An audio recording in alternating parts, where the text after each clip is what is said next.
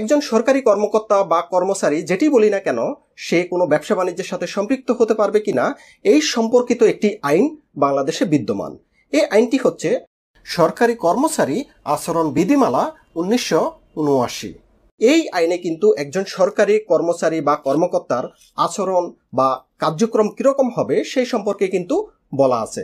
তো এই আইনের বিধি 16টি যদি আমরা একটু দেখি, সেখানে দেখতে পাবো সরকারি কর্মচারী কোনো ব্যাংক বা অন্য কোনো কোম্পানি স্থাপন, নিবন্ধীকরণ বা ব্যবস্থাপনায় অংশগ্রহণ করিতে পারিবেন না। তবে সরকারের সাধারণ বা বিশেষ আদেশের বিধান সাপেক্ষে সরকারি কর্মচারী 1940 সালের সমবায় সমিতি আইনের অধীনে নিবন্ধনকৃত সমবায় সমিতি স্থাপনে, নিবন্ধীকরণে অথবা ব্যবস্থাপনায় অংশগ্রহণ করিতে পারিবেন। তো এই 16 বিধিটি যদি আমরা একটু বিশ্লেষণ করি, সেখানে দেখতে পাবো যে একজন সরকারি কর্মকর্তা বা কর্মচারী কোনো ধরনের প্রাইভেট লিমিটেড বলেন বা পাবলিক লিমিটেড বলেন বা ব্যাংক বা এই ধরনের কোনো কোম্পানির সাথে সম্পৃক্ত হতে পারবে না।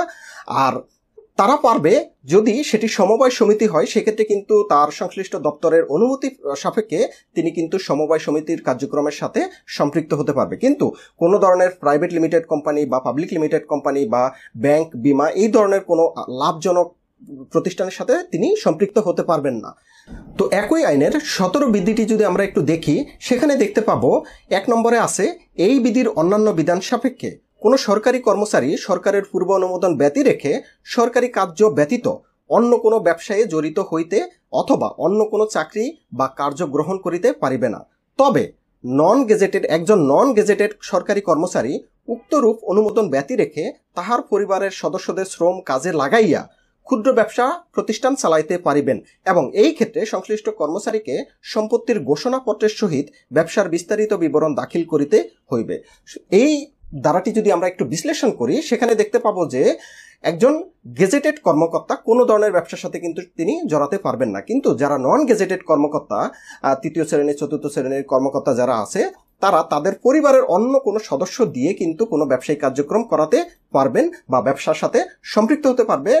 কিন্তু সেই ব্যবসাটি হতে হবে ক্ষুদ্র ব্যবসা এবং এই ব্যবসার ডিক্লারেশন কিন্তু তার অথরিটিকে সে প্রদান করবে, এটিই বলা আছে।